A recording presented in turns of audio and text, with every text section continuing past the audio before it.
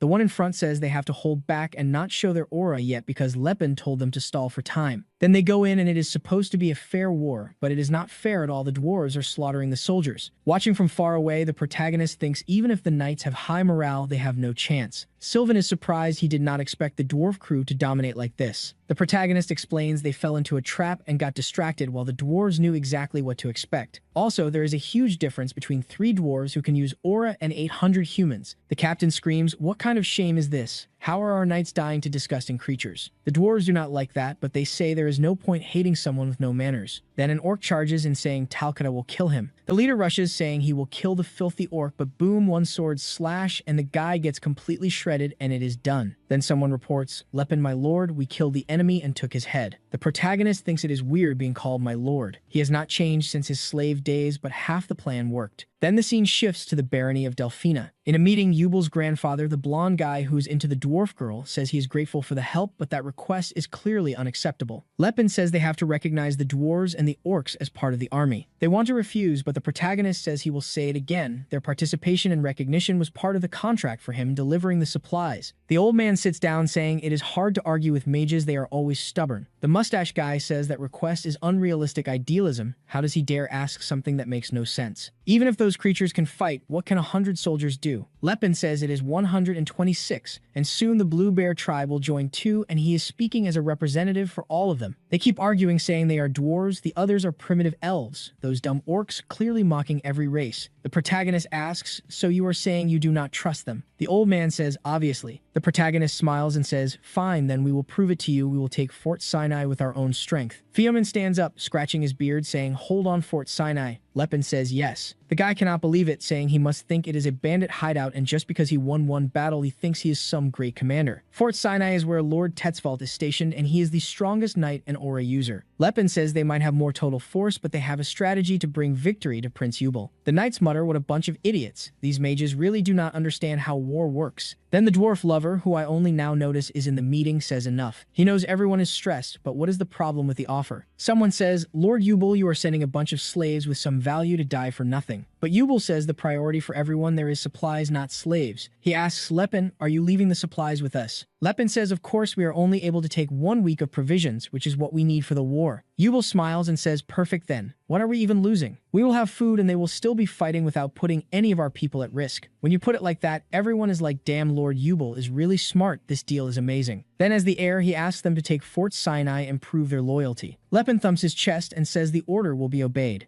The scene switches to the forest at the camp. The protagonist shows up wanting to know if Tacit is ready, and they say yes. He left a little while ago with his little black dog, and it looks like the meeting went well. The protagonist says, yeah, everything is going according to plan. Reskin says he is not really on board with the plan. To take a fort, you need 3 times what they have on defense, but they are going in with way less. The protagonist says the people of Korriban are not weak, and they are going with other warriors too, the Great Forge and the Blue Bear tribe. With the best warriors from 2 races, there is no way they do not win this. All of a sudden, Reskin's eyes light up and he says he agrees. On top of that, they have a bunch of aura users. That kind of force is rarely seen on this continent. Silent, all cute over there, is trying to charm me, and he is with. Wait. He says that soon the status of the orcs is going to rise across the continent. Someone walks up, and it is the elf Hellard, saying the elves are not staying out of this either. Thanks to Lepin, Elvenheim was revived, and now they do not have to be treated like a weak race anymore. Hellard makes a fire spirit. It is huge. I thought it was going to be a tiny one, but he straight up summoned an Ifrit. He says the more time passes, the more the elves will connect with nature, and the stronger Elvenheim will become. His wife tells him to dismiss that spirit because it is going to set everything on fire. Then out of nowhere, the dwarf lover shows up asking what all that noise is. Obviously, with his dwarf girl at waist height, Prince Welbel says Finia wanted to meet the other dwarves. She went to chat with everyone while Yubel talks to our protagonist, asking what the chances of victory are. Lepin says he feels good about it, even though it is always best to be ready for anything. Yubel says seeing Finia this happy makes him happy too. As long as Lepin's wishes stay the same as his, he trusts Lepin more than anyone in that castle, so he can do whatever he wants. The dwarf lover says just seeing her smile is enough for him to be in Lepin's debt forever. The protagonist says, do not worry, the old man does not disappoint. A few days later, in front of Fort Sinai, warm spring weather is arriving along with a war. Inside, someone is yelling that an enemy army is advancing. The leader, Tetzvald, is up on the wall saying, I heard there is an army, but what is that coming over here? A guy behind him says, well, it is the enemy. From far away, he sees a group coming, but he is seeing elves, orcs, and dwarves. He does not see any humans, so why are they being attacked by a bunch of slaves? Something is off. He is sure the flag they are carrying belongs to Prince Yubel. What he does not get is these slaves are worth more than the lives of normal humans, so why are they burning money like this? He says bring some mages and about 50 soldiers and wipe them out already. Someone thinks 50 is overkill, why so many? Tetzvald says sometimes they have traps, you never know, better to be safe. The plan is to kill all the dwarf males and the elf males and capture the females. Any elf woman carrying a blade must be a rare type, so it is better to capture them because they are worth a lot. The soldiers move out, saying they cannot believe they have to defend the castle from such a pathetic attack. Then their faces change when the first man in front gets blown up and his horse goes flying. A huge hammer wrapped in aura shows up and someone asks if it is okay to use that this time. The orc activates his aura too, saying today they have permission. The dwarf final boss charges in and the soldiers are in shock. Something is wrong with this army full of aura users. Now they are staring at a giant dwarf right in front of them. The dwarves cheer, saying it has been a long time since they used aura for anything other than monsters. The green hammer guy jumps in too, and from up on the wall, Tetzvald is confused. Why are there so many dwarves using aura in front of their castle? A mage appears beside him and says, Tetzvald, if those guys are aura users, we are really in trouble. Tetzvald says, yeah, and orders the defensive measures activated. The mage throws his arm up, starts chanting, and a massive barrier seals the whole castle. The protagonist watches and says, as expected, even this rundown fort has strong defenses. The cylinder says now they are at a disadvantage, so what are they going to do? The protagonist says they are sticking to the plan. Then the elves awaken and they summon like 70 fire spirits. The army fires arrows, but wood does nothing to spirit creatures. The soldiers are standing there with their mouths open, saying it looks like magical spirits straight out of a fairy tale. The old guy says that is ridiculous, like elves have any connection to spirits. While they argue, the spirits keep pounding the barrier and it starts cracking. Another dwarf already inside keeps pushing forward aura on his axe again, and the main gate explodes. Everyone is stunned. The castle is being invaded from the sky and it looks terrifying. The dwarf crew with the spirit crew on their backs. Tedisvald charges with his army, yelling for everyone to go in. You have to respect it, he went first with pure guts. A dwarf leaps forward, asking for protection from some Malayoid. He knows the guy coming is an aura user, and Tedisvald comes in fast, saying it is ridiculous for filthy trash to imitate true aura. But now he has to deal with that dwarf swinging an axe. Their weapons clash, energy goes everywhere, and Tedisvald realizes it. He is sure his skill is better, but the other guy is younger and clearly not weak. In theory, no race should evolve as fast as humans. The rest of the army is terrified, because not only is that guy an aura user, he is actually pressuring Tedisvald. Meanwhile, Lepenhardt is outside thinking, when are you going to join in, kid? He knows everyone awaken their powers, but the elves, for example, are not used to it, and their energy is going to run out soon. Raskin asks if they really have to stand there doing nothing. The protagonist says this battle is meant to show the strength of different races in the world, so the two of them should not interfere. Raskin agrees, but says if they lose, it will be the biggest humiliation. The protagonist agrees while wondering why it is taking so long. The orcs are taking forever. Right then, he looks to the side and the tribe arrives with Tacit. The protagonist says no introductions, the castle is right there, attack. Tacit just steps forward and stares, and everyone starts marching toward the castle. Inside, the dwarves are already deep in the fight and the soldiers are struggling. Then they look back and it is over. The full troop of warriors arrives, tearing through everyone. The soldiers panic and scream, fall back to the castle. One brave guy stands there telling them not to fear those beasts while wondering what kind of swords those barbarians are carrying. The protagonist thinks separating themselves from the other races was a weakness. They do not have information on how they fight anymore. It is always the same. Elf uses a short sword, dwarf uses an axe, trolls use bone weapons, and orcs use the biggest weapon possible. That is exactly why in close combat, they are the most destructive force. It was already bad for them, and now the guys with spirit swords show up and the blades start flying around, slicing everyone up. Silent watches and says, yeah, this is completely unbalanced now. Look at them, even Kalkin is in there activating blade aura, while Tedisvald is trying to understand what is happening to this world. Lepin asks Seelen if he likes watching humans die, because he says he does not, since he is human too. The protagonist explains it is no different from fighting for the right of humans to live. It is just war like any other. Then the commander gets killed. Someone tells everyone it is already over, and now it is just cleaning up the rest. The scene switches to the kingdom of Krobans in the capital Crotum. A man at the table asks, what kind of stupidity is this? The people in front tell Lord Karsus it is true. He says it makes no sense. Wait, Tedisvald is dead. The man beside him says, yes, based on the soldiers who survived and saw it, there is no doubt. Karsus cannot believe his mentor and the Empire's great knight was killed like that. That means the other 12,000 units they have here in Crotum are in danger. He needs to contact his father and grandfather immediately and gather the troops of all the nobles and bring them to the capital. If they lose this, they will not have any chance left, especially if Yubel holds a coronation inside the capital and places the seal of possession. Then all the nobles claiming neutrality will start supporting him. They need to concentrate their strength in one place. The others think his judgment is perfect for the city. He really deserves to be king of these lands. Fine, then we will see if he becomes it, because we are now one day after the fall of Fort Sinai. The dwarf lover is already on top of the wall, unable to believe he is really there. It feels like a dream, even though he knows it is real. Lepin said he was not going to disappoint the prince. He laughed and said they really were brave warriors. He just hoped they were getting rewarded and getting some rest. Lepin said yeah, everyone was pretty comfortable. Yubel asked how the local nobles were reacting. Lepin said they were mad, sure, but what were they going to do? Yubel agreed and said in the end all the credit would go to Lepin and his warriors. He asked how many died, and it was 17 dwarves and 9 orcs. Luckily no elves died. You little punks, always hiding, you pointy-eared elves. Yubel said compared to the enemy, the losses were low. Still, with how few soldiers Lepin had, it was a brutal hit. Lepin was surprised. He had only been using Yubel to get the land he needed, but the guy was not as bad as he thought. Now he felt guilty for supporting Karsus in his past life. Like, come on, he machine-gunned Yubel's army with meteors and sent him to the guillotine. Now, at least in Yubel's army, there would not be anyone disrespecting or looking down on other races. Then a general came up like, hey kid, you have some amazing slaves in your army, sell me a few please. The protagonist snapped back, you bastard, they are not slaves to be bought or sold, they are allies. The guy went, yeah, you are not easy to deal with, fine, when you feel like selling, let us know. The protagonist walked off furious while the guy kept whining, I just wanted to buy one little slave, what is the big deal? Of course, the rumor that Fort Sinai had been taken by a non-human race spread through the capital. Nobody believed it. Hold on, a dwarf warrior beat Tetzval. Some nobles were trying to figure out if that was good or bad. Others said if Yubel accepted it, then it was fine. Others still saw them as slaves, though little by little that started to shift. Then the scene moved to an inn where an orc was carrying firewood, saying he had prepared today's fire. Obviously, he was getting mocked and called an idiot. Seeing that the guys nearby said that rumor is nonsense, there is no way strong orcs exist, look at this one dumb and useless. But I guess the rumor about some bishop from Phylanes who is a master at using orcs and dwarves is true. Now Silent was catching heat too, getting called a manipulator. Someone said, but the church is not supposed to use slaves like that. Another guy said, yeah, I know, but it is the kids' power that is making them all stronger. Then someone went, wait, is that not the 2-meter-tall wife who wants to hear more about this story? The guy freaked out and said, hi, can I help you with something? The girl was standing there like a tower right in front of him, wanting more info about this bishop or priest from Philins they were talking about who was helping the races. What is the story? The guy said, well, it looks like he is commanding an army of non-humans. That is what I know. They say he is really young too, like 15 or something. A cute little kid that most people mistake for a girl. Right away, she started coughing and chugging her drink like crazy. Then she was practically drooling, saying she finally found her dear Scylla. Next chapter, we are on the Central Plains with Karsus's army facing Yubel's army. 10,000 on Karsus's side and 3,000 on Yubel's side. The protagonist said, yeah, as expected, Karsus has the force of a future monarch. He gathered the whole army with a single signal just from Sinai falling. Then the Bang soldier said today the idiots who do not recognize the true king would be killed and challenged to a duel. He was calling someone out for a one-on-one. Nobody stepped up, so he asked if they were really that cowardly that they had to use a trick to kill Tetzvolt. Everyone could tell there was a rumor going around that Tetzvolt was killed in some dishonorable way. Now the dwarves were arguing among themselves about who would get to kill this guy. Then his expression changed and he asked, who are you? Cyrus from House Tenny said he stood with Prince Yubel and it would be an honor to face the legendary knight Spirius. Spirius charged, saying it was ridiculous for someone not even 30 to challenge him. Cyrus flared his aura and said this would not be easy for him. Then the greatsword slammed and it was pure trading blows. Even the horses were shining and dancing side to side. Clang after clang and everyone was stunned. 2 aura users, my god, that is insane. Karsus was furious. Damn it, why does Yubel's army have more aura users than the whole kingdom? Having even one was enough to lift an army, and that was why Spirius had to crush their spirit in this fight. The old man praised him, saying his skills were impressive. Cyrus answered, yeah, you are just as formidable as the rumors say. But inside, he was already thinking he could actually win. Even if his swordsmanship was weaker, the combat experience he got traveling with Lepin made all the difference. He went in again and they locked eyes, then boom, it turned into a mounted one-on-one. Lepin watched closely. He had sent him as a test, and he was doing better than expected. Before long, he would be called the Lord Star within a few years. Spirius said he would not lose to a kid and activated a gigantic blade. Reskan, who we are going to call Cyrus, because let us be real, that is, his future name, activated the Phantom Blade division. Spirius could not understand what kind of weird illusion technique that was. Too late, he thought too much and got cut down. His allies were in shock that their warrior got dropped like that. He was face down licking dirt and boots. How can a kid that young be that strong? His eyes were almost closing and that was it. Reskan looked sad and said, I messed up again, my Phantom Division technique is too weak. With no real choice, Karsus told them to charge since they still had the numbers. Yubel shouted to the troops and said it was going to be a straight-up war. Look at Rosquin coordinating the orc warriors like he owned the place. The orcs were desperate anyway, they did not even need orders. The poor knights were yelling to attack the mounts, but the orcs were riding wolves, so it was way harder to cut legs before getting bitten. Karsus, watching the start of the fight, realized the rumors were true. Said's army really did lose to these warriors. The knights faced the dwarves and could not get close without dying. They were wondering how they were supposed to get past that wall of muscle. And the elves would not stop growing those Ifrit things, they kept getting bigger. Karsus ordered the mages to shut down those spells, but something was blocking their mana flow. What he could not understand was, if there was a mage who could block everyone's magic, then why not just wipe everyone out instead of playing these games? The protagonist said he did not have the mana to cast something that would end the war, but he did have the talent to mess with every mage there. Meanwhile, Ceres came charging and fully armored. The fight barely started and Karsus was already ordering a retreat. 3.5 minutes of fighting. The dwarf lover celebrated, saying the victory was theirs. Of course, this battle went down in history. Prince Yubel's troops pulled off an overwhelming victory and crushed huge numbers of Karsus's army. Then the scene moved to the Hendrik region where everyone was shouting, "Long live Prince Yubel." Yubel laughed. Everyone who supported Karsus yesterday had switched sides today. Fionin beside him told him to get ready because it looked like Karsus was still hiding in the royal capital preparing a defensive siege. Some counts and barons were asking for a meeting with Yubel to swear loyalty. Yubel laughed and said, in the end, they were all a bunch of traitors. Fionin said they were nobles, so that was expected. The problem was some aura users were still staying neutral. They should try to bring them over in the king's name. It would have been impossible in the past, but now with the troops they had, it was an option. Yubel said they did not need to panic like that, they were already winning winning, and they just had to stay calm. The old man thought, yeah, that is one way to look at it. Yubel thought he wanted to become king, but a king who served the people. He did not want to destroy the nation to do it, and that was why he would try to cause as little damage as possible. Then the scene moved to the castle in the city of Hendrik, where two guys pulled out their axes and told him to stop right there, asking what he thought he was doing there. A soldier commented that the face was beautiful, but also threatening. And of course, who showed up? The final boss for poor Silan.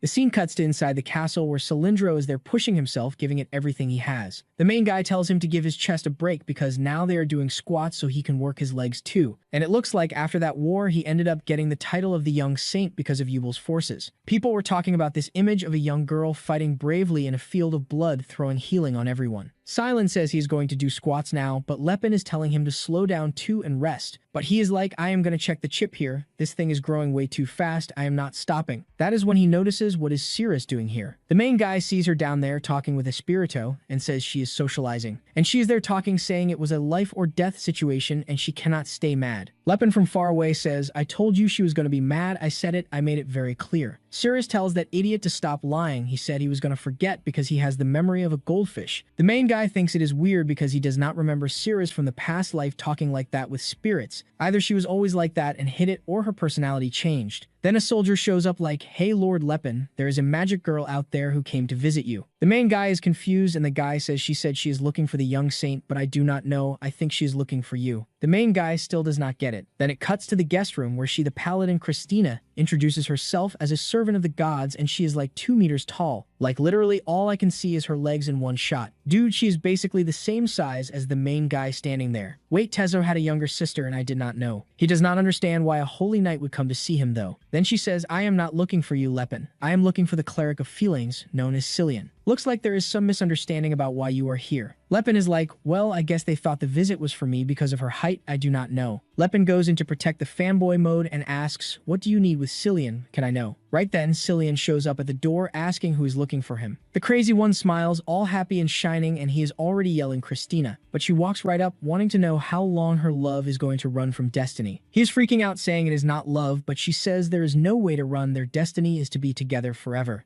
Lepin steps in and says, hold on, what is your relationship with Cillian girl? But she stares all red and almost bouncing and says she did not want to reveal it, but they are husband and wife engaged, something like that. The church path really is the solution for short guys because Cillian, with his 120 height, is out here landing a 2-meter giant. Or not, because in another room he is panicking, packing everything, saying he has to get out of there as fast as possible. Lepin, confused, says, relax, I told her to wait in the room, just calm down, Cillian. What is going on? Are you really engaged? He yells, no way, obviously not. He explains her name is Christine Silvestana from a prestigious family in the south of the continent of Hallane. Since she was young, it was basically guaranteed she would grow up insanely beautiful. And yeah, she was amazing, but at the same time, she grew a bit more than normal, and she is literally 2 meters tall. Then the church announced she was the daughter of the gods, born to live as the sword with the will of the mother of some great individual. She was destined to find the right partner because she would cross paths with the man of the Sunday. She got the title of paladin of the church and started brutal training to improve her skills, until one day she was sent to the kingdom of Basil, and that is where she met him. Those two little shining stars, his eyes all semi-giga Chad, and watching Cillian move gracefully on the battlefield healing wounds perfectly convinced her he was the ideal partner. She basically fell in love at first sight, and the moment she got back to the church, she announced the prophecy was complete, she found the chosen one. The order went into chaos because unlike Christina, they were thinking like normal people. Nobody was going to accept her marrying a 12-year-old kid back then. That was how old Cillian was. They are like, my girl, you are wrong. How are you saying that boy is the chosen one? But then another oracle showed up in the church and said it is him. So the Philaeans order, even though hesitant, accepted the prophecy under certain conditions. They would only allow it if she won his heart. And Cillian says that is when the nightmare started. Lepin gets it. Basically, it was like a political marriage, except this time between church orders. Cillian says, yeah, pretty much. The problem is Christine had a fanatical level obsession. No matter what battlefield he goes to, what place he goes to, what country he runs to, she eventually shows up. The real truth is he started following Lepin using the excuse that he was a pilgrim just to disappear from her too. He figured it would be an easy way to stay away or make her give up if he was always moving. Lepin asks if the whole muscular body thing is related. Cillian says it became urgent when he started thinking maybe if he got jacked she would stop liking him. Lepin says, come on, compared to Christina's height is not everything, you can love her the same way. Cillian says, no way, her personality is what is scary. She listens to absolutely nobody and only does what she wants. She already named the kids, decided what they will do, picked his future career and everything. If it is a boy, the name will be Stein and he will be a war paladin. If it is a girl, the name will be Eileen and she will be a priestess of the worshippers. But if he is the father and he is a Filane's cleric, that makes no sense. The main guy says that is terrifying, but then he notices something and asks, wait, Cillian, what is your daughter's name again? Cillian hesitates, then says the name is Helem. The main guy is wondering who that is, but I remember. Helem is that priestess from the beginning who attacked the throne of the demon king Lepenhart. So in the past life, he really did end up with Christine, and that girl was his daughter, the famous Saint Helem, who walked into the room saying those dwarves who hated evil gods have returned to the right path. The divine power she had could even resurrect the dead. She surpassed even the high priest Macklin, and that is what ended with him dying by her hands. She was basically a nightmare that haunted him in the past life. Not only did she have insane combat ability, but the blessing she put on armies of 10,000 men was ridiculously hard to deal with. Even a 3-year-old kid would get an arm strong enough to cut a knight's head off. And now he finds out that cursed woman was Cillian's daughter. But he is sure this situation that looked funny is not something to joke about anymore. The absurd divine power Helem had was not natural. It was created through a forbidden ritual of the Order, something about a plan called the Holy Grail Plan. Hold up now, it got brutal. In that plan, a man and a woman conceive a child inside a special barrier that turns the child into a sacred vessel. The child absorbs the father's life at the moment of insemination and then the mother's life at birth. Yeah, no, forget it. Better to stay single, Cillian, because I do not know if those 10 seconds of happiness are worth it. 10 no, I exaggerated those 5 seconds of happiness. Lepin says, Cillian, if you go through with this marriage, I think you are going to die. Cillian is like you think, it is a sin too, Lepin. The main guy is just thinking he has zero doubt. Cillian is Helem's father because he is absurdly powerful as a healer, but he never heard about this kid in the other life, which never made sense. Lepin keeps saying, I came to the conclusion, you really should not marry that woman. Cillian starts crying, all emotional, like finally someone is on my side. But it is over, Lepin, it was good while we were together, this is my end. The main guy asks, where are you going? The soldiers are wondering the young saint was getting ready to leave, but did something happen with that mage girl? Cillian asks if Lepin does not understand what will happen if he stays. Lepin says he does, but now he is thinking too, he cannot keep treating this kid like a walking super potion. Clearly, he is one of the few people he values and who supports his dreams. So he says, let's talk about this. You think running is going to get you away from her. She followed you all the way here. Out of nowhere, Cillian gets all soft like, what do you expect me to do, Lepin? What are you going to do? Stop her for me. Now it sounds like romance. Lepin asks, if I do this, Cillian, will you stay by my side? The soldiers are like, what is going on? Cillian says, I do not want to leave Lepin, but the situation is hard. I cannot ask others to run away with me in the middle of all this mess. Lepin says, calm down, Cillian, there is something we can do. We will convince her she cannot force her love. If it is not mutual, then the marriage cannot happen. Cillian says, Lepin, if I could convince her with words like that, I would not have run from the Filane's order. The soldiers are still like, what is this vibe? What is happening? Then the 2-meter woman shows up, all happy and weird, saying it is wonderful to see he is already ready to leave. Come on now, it is time for the wedding. Damn, look at the size of those thighs, that is deadly. He jumps like what I was talking with Lepin. I got ready to leave. She just ignores him like she is not even listening, smiling, saying it is time for them to go home and live a wonderful life. They just need one little boy and one little girl. She tells him to stop being shy. He is yelling for her to get lost while Lepin notices she does not listen to a single thing he says, not even for a second. So Lepin asks, hey, what exactly do you like about Cillian? She says, I like him because our kids will grow up at a reasonable height. He thinks her reason is weirdly normal. She clearly wants a short husband because she is too tall and she does not want the kid ending up like 180. But then she says, Cillian, you are not passing this curse to our children. He says being short is not a curse. She tells him to stop lying. He does not like being short and she does not like being tall. That is why they do not need to worry if they are together. The kids will clearly have the perfect height. They are destined to be together. Now let's go, because the goddess herself decided it. Cillian is like, Lepin, help. The main guy is like, I want to help you, but how am I supposed to stop this? Then Cillian panics and says, sorry, Christina, there is someone I love. She freezes shocked. And then he grabs Lepin's arm and says he is in a relationship with him. He cannot accept her love anymore. Christina's face and Lepin's face. The soldiers are all like, huh, what is happening? Cillian, holding his little arm, says me and Lepin were destined to be together by the red order of destiny of the Filanes, that is it. And honestly, it is not even a total lie, because Cillian says they were connected through the power of the goddess Perbon, that power he used that basically lets him always know where Lepin is when he got lost in that city. The soldier on the left says, I knew something was off. The one on the right says, yeah, I agree, but you cannot deny they make a good couple. Lepin is like, why me of all people, Cillian? Cillian explains the series is out of the question because she is human and she would never be respected. The main guy asks about all the other girls. Cillian is like, where are all those other girls then? There are only women from other races, and besides, it cannot be someone weak. The main guy hugs him, saying, yeah, it is crazy how things happen, my dear Cillian. Cillian hugging back says it is a hard choice, but we have to reveal this relationship. Christina says now she understands what is going on. Cillian gets excited, thinking she will give up, but her expression changes and she says true love always comes with challenges. Yeah, we already know what she is about to do. She says in the name of true love,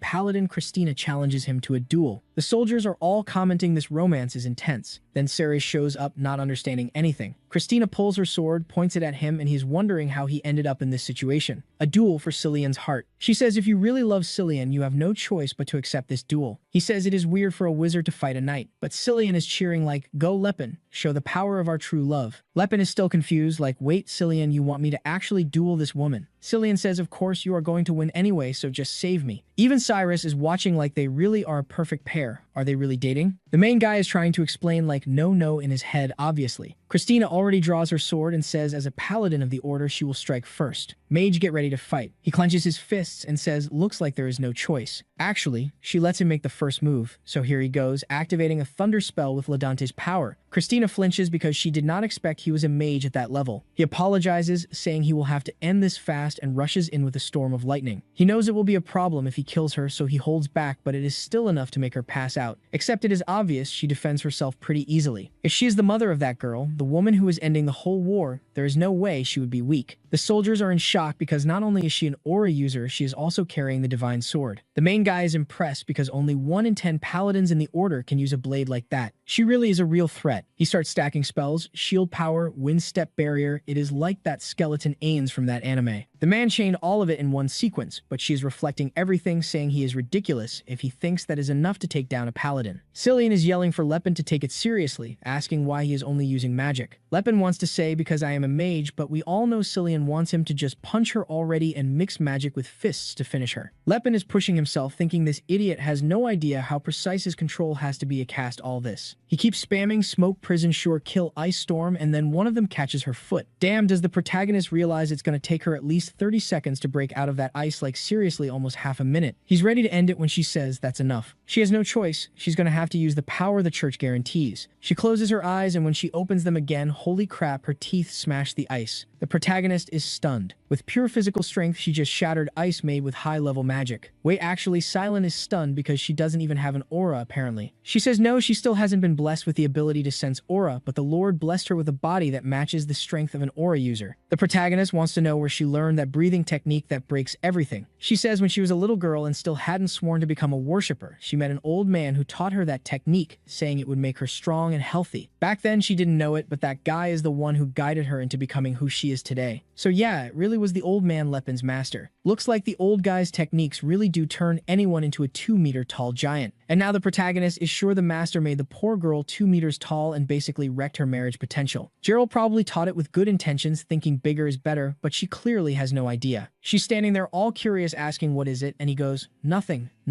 It's amazing. It's good that you learned that technique. She steps forward smiling, saying, all right, then let's finish this duel. He fires another magic bullet and she reflects another attack. Then the protagonist says the breathing technique she used is for the unique body of growth method, specifically meant to increase height. And judging by her height, it's obvious she's been practicing it diligently for at least 10 years. Even Lepin himself didn't practice that specific method that much and spent most of his time focusing on magic. But it's not some kind of magic technique. If it were that easy to make it work, the Indomables Academy would have sold it for millions. The fact she pulled it off shows she has unmatched talent. And she's yelling, asking why the bastard won't just lose already. He says, why would I lose? We're in a duel. She says she already noticed Lepin is full of sweet talk. He must have used that smooth mouth to seduce poor innocent Silent. He tries to explain, but she just charges, saying now he's gonna learn what true love is. The protagonist can't tell if she really thinks love is supposed to be like that, and then boom, she blasts him in the chest. The holy girl goes flying far away. He just looks and says, all right, looks like I won, so are you gonna give up on Salon now? She gets up totally wrecked, saying for now she has to withdraw. Then she says, "Sorry, Silan, right now I don't have the strength to rescue you from that villain. Just thinking about your delicate little body getting violated by a brute like him." Silan is like, "Hey, stop with that talk. Our bond is spiritual, okay? Isn't it, Lepin?" The protagonist says there's no bond at all. Let's just leave it like that, okay? Silan tells the bastard not to mess up the plan, and he grabs him and goes, yes, Silan, we have a delicate bond," almost crying. Christina runs off crying, saying, "I swear one day I'll come back to rescue you, Silan," and she leaves. Now the protagonist asks, "So Silan, how are you going to fix the problem you just created?" Silan says things solve themselves naturally in this world. Next day, nothing got solved because Fianan is there scratching his beard, saying, "I get what happened. Lord Lyfin and the young saint really make an amazing couple, I agree." Everyone is happy and smiling. Weirdly, the rumor is having a positive effect. The dwarf is like, "I never imagined the savior had those preferences." The knight next to him says, "Yeah, my dear Katamit, it's unexpected, I'd say." But they both agree there were signs back in the city. Everyone already noticed something weird. The orc asks, "Human, do men love each other like that too?" Someone answers, "Yeah, sometimes something like that can happen." The orc asks why, and the knight says, "Sometimes the boy has such a delicate body, he looks like a girl and it can kind of work." He says, "Just look at the young saint." The orc says, "Oh, now I get it, that's really true." Then Arqui goes, "Cirrus, are you gonna let Timur take Cillian away? What is this, agreeing like that, and you too?" Cirrus is agreeing though, saying the races found a point where they all agree. It's another step toward Lepinhart's dream. While Lepinhart right now doesn't even want to get out of bed, he's stuck there. Cillian asks what the problem is, and he yells, "The problem is the rumor he spread." Cillian says, "Stop complaining. Lepin complaining won't help." Then Cirrus says, "Hey, why are you worried? Lepin, the rumor only spread because Cillian has a really pretty face." Lepin stares at Cillian and they get an idea. From now on, they're going to start making Cillian's body more masculine and powerful, and then the rumor will disappear. Taste Watching says they look weirdly connected, so those rumors really are true. Enough messing around, back to the war. In front of the gates, the army demands the traitor Karsus pay for his sins for defying the will of the heavens, that he kneel before the true king, and that they open the gates. The soldier on top of the wall answers that this is stupid. How can monsters and slaves claim they respect the will of the heavens? Yubel allied with demons, and he's a stain that will forever dirty the history of the kingdom of Krobans. They order Yubel to disband the army immediately and go pay for his sins to the royal family. Lepin is just thinking they talk too much since the fight is happening either way. Yubel raises his sword, telling the warriors to show courage for the true king. Arrows start raining from the castle while they shout, "Hold positions, raise shields." Yubel orders the troops forward, and Kalkin calls for his wife, and the two of them charge in with the wolves. The dwarves are getting dizzy because they're not used to riding horses, while Eskim tells them to stop whining because they're doing fine. Up on the wall, they realize the aura users will be the first to push. Yeah, for real, there are like 7 aura users charging. Might as well give up the castle already. Karsus is furious, saying, "Damn, they're coming full force right from the start." He orders all archers to fire. He'll pay 100 gold coins to whoever kills one of those demons. But Kalkin just raises his sword, and his aura is enough to disintegrate any arrow that gets close. Eskim is working hard, smashing swords with an arrow midair, and then the spearmen pull into thrust. But those little spears aren't doing anything to aura users. Now I'm calling him Cyrus. I'm already giving him the title Sword of the Continent, here you go. Cyrus gathers his aura, and it erupts into a blue flame across the whole blade, and the soldiers up top freak out. That was the giant sword technique from Spirius, the guy he fought, and he copied it, and Spirius is in shock, wondering how this bastard is using the same power. Too late. Cyrus slams the sword into the middle of the gate, and it shatters completely, and the soldiers run in panic. Meanwhile, Kalkin's huge wolf climbs the wall, ignoring gravity, and gets to the top. "You should have surrendered." They get hit with a thunder crash right in the head. The gate is destroyed, the top of the wall is taken, and the two just stare each other down with that swagger, while the poor soldiers realize against an aura user they don't have much of a chance. Stala moves up front, praising them, while remembering Lepin said the goal was to destroy the walls so the enemy would break. They didn't even need to kill soldiers, they just had to crush morale. She activates her magic and throws out 78,000 daggers, and everything starts spinning and exploding, and the stones get pierced and shockwaves roll out. Holy crap, she's really gonna bring the whole wall down. Karsus is getting protected by that old man who already got beaten up. Yeah, I don't think it worked. Stala is leveling up like Kalkin, and he knew she could do something like this. The dwarves are shocked. Her demolition technique is insane. Cyrus just watches, saying that's another technique to learn. This guy is a skill copier, I'm noticing it. Karsus says he didn't expect them to do something like this. That's why he wanted to avoid the circus. His soldier even apologizes, saying he could handle it if there were fewer of them. Sure, like he got wrecked solo by Cyrus. Then he says there's no way they can win this. They have to go to the royal palace. But suddenly a soldier points and tells his majesty to look. Yubel's army is pulling back, Karsa sees it confused like, wait, why are they retreating? This place was already lost, so Yubel must have some plan. From below, one of Yubel's soldiers shouts that if they wanted, they could march to the royal palace right now. But how could the true king endanger everyone in the capital? So if they really care about the people's well-being, they should raise a white flag and surrender. Karsus realizes they're trying to paint him as the villain. Now it's even worse because nobody will want to defend him in the castle. Who came up with a cruel tactic like that? I'm not even going to tell you. There he is just watching, saying Karsus must have gotten the message. Yubel praises him, saying he's very wise, victory is within reach. Finan says they can return to the state of Zedrins. They showed the drastic difference in power, so they'll surrender soon. No need to spill a single drop of blood. But at night the meeting happens and everyone wants to know, so Karsus, is there any way we can win this? The guy shaking is his father Fernando. The old man beside him says, I don't know what trick those horrible creatures use, but it's clear they have aura power. Fernando can't believe it. Where on this damn planet did they find these people? The friend on the left says, well, at least they were arrogant enough to lift the siege. Maybe if we retreat now and plan for another day, we have a chance. But Karsus says it's impossible, they'll come back soon, and the seal and the crown are there. If they abandon the main city, Yubel will go there and do the coronation ceremony. The moment that happens, it's over. The capital is lost. This war is lost. One of the friends asks, what if we ask nearby kingdoms like Basil for help? Karsus says if they allow foreign intervention, that's basically the end of Krobans. But the advisor fires back, it's the same thing because if we don't intervene, it's definitely the end anyway with those forces. Everyone is just sitting there, stunned. Nobody has the guts to suggest anything. Karsus knows what they're saying, but the truth is the kingdom would still stand. It's just them, the nobles who sided with him, who would be ruined. And the problem is neither his father nor his grandfather are willing to give up anything. Now they start talking about the past, saying they should have killed that prince, and he says they already tried hundreds of times. Then his father asks if Spurius couldn't secretly kill Karsus. He answers that no matter what evil he did, he still carried royal blood, and as a knight, he couldn't be that disloyal. The nobles glare in anger. Then he adds that on the other hand, he agrees with assassination. Not Prince Yubel, but that mysterious mage named Lepin Hart. Yeah, that's the hard mission, my friend. So Yubel's army sets up in the Hendrik region around the capital, a wide open area with room for countless tents, and they're already holding a celebration banquet. Someone in the hall shouts, thanking everyone who gathered there for the future of the kingdom of Krobans. Glasses go up, everyone toasts, and Lepin thinks for nobles, this kind of event will always be necessary. Yubel off to the side says those nobles don't help with anything, but whether you like it or not, they're part of the empire. Lepin says that's exactly why they're here, because they didn't do anything. They stayed neutral and didn't support Karsus or Yubel. They just waited to see what would happen. It looks neutral, but at least they didn't hold resentment or jealousy toward the other races. They just sided with the winner without caring too much. Lepin keeps praising the nobles, saying idiots only praise the ones who shine in battle, but you also have to recognize the wisdom of people who see the bigger picture. The nobles go, oh Lord Lepin Hart, you're making us blush, praising us like that. Yubel is impressed. Lepin actually has solid political skill even though he's a mage. He really needs to learn more from him. Fionin praises him too, saying for someone so young, he's impressive at dealing with people. Meanwhile, someone is introducing Kalkin to the nobles and they're all in shock. Or maybe it's a dwarf. I don't know, he's so short next to the guy, it's hard to tell. And so they can communicate. Lepin Hart already made the communication necklace, which does exactly what it sounds like. A noble says, your soldiers are incredible, totally different from what I thought orcs were like. That's more of an insult than a compliment. The guy is basically asking to get killed. But the wife says that's how real orcs act. We're warriors of honor, and we don't like cowardice. The noble thanks her and asks what she thinks of him while Kalkin is ready to kill the guy. What kind of weak bastard calls himself a warrior? She just tells him to stay calm, drink, and stay quiet. Remembering what Lepin said, don't expect much from humans, just nod, drink, and that's it. Basically, he thinks of this gathering as a chance to free all the oppressed races, nothing more. He watches from the side, thinking it's a good start. Eventually, the atmosphere will calm down once the war settles too. Last time he failed because he tried to mediate everything, but this time he'll let everyone live together. Humans and orcs get to know each other, fight each other if they have to, but learn from each other. The one doing the most work, honestly, is silent non-stop. Hey human, this is the dwarf, go meet the dwarf, talk to him dwarf. The elves are pretty chill though, they already have natural internal harmony and a rational mindset. Meanwhile, Spurius is obviously getting praised by all the nobles. Everyone wants to know how he got so strong like that while he is still so young, who trained him and how he did it. He's just standing there saying he trained and swung a sword and that is it. The humans are kind of confused because why does Spurius look like he is in a bad mood? Did he not like the banquet? Even Lepin is confused, he did not expect Spurius to be that reserved. As he is leaving the hall, though he knows the real war starts after this victory. The challenge begins when Yubel takes the throne. But where is Cyrus? Where is that girl? Then he looks to the side and sees a weird guy there with a sword. Something is off because he cannot feel that person's presence. Either it is a ghost or it is someone masking their aura with perfect control. Man, that poor old guy. They sent Spurius to come kill him. He is there apologizing, saying he has to do it for the future of the kingdom. He rushes in, but Lepin recognizes him right away and asks if he is Spurius. The kid defends himself barehanded, and the guy starts thinking he is using some insane steel skin magic. You really react fast, my mage. He has no idea, though, and he is beating him with sword strikes, all confused, saying this steel skin is really tough. What a crazy power. Lepin is thinking the guy does not even realize it is his actual skin. Then he activates the flame of destruction and fires a shot of fire. Spurius blocks and says, just as I expected, someone who commands that many slaves would not be some ordinary mage. Lepin is worried because he was the one person he should have expected to become a target. Now he does not know what to do. Run and call for help. Spurius comes at him again. The blade is already at his face, so he does not have many options. He drives a punch into his stomach. And then wait, what is that? A battle mage. Looks like Lepin is trying to hide his power. He does not want to use aura, so he is going to pretend this is all it is, that he is a battle mage. Spurius backs off, thinking with how muscular you are, that class makes sense now. Lepin warns him there are 6 aura users and they will notice his presence soon and come closer. Spurius powers up his sword and says Lepin will not survive until they get there.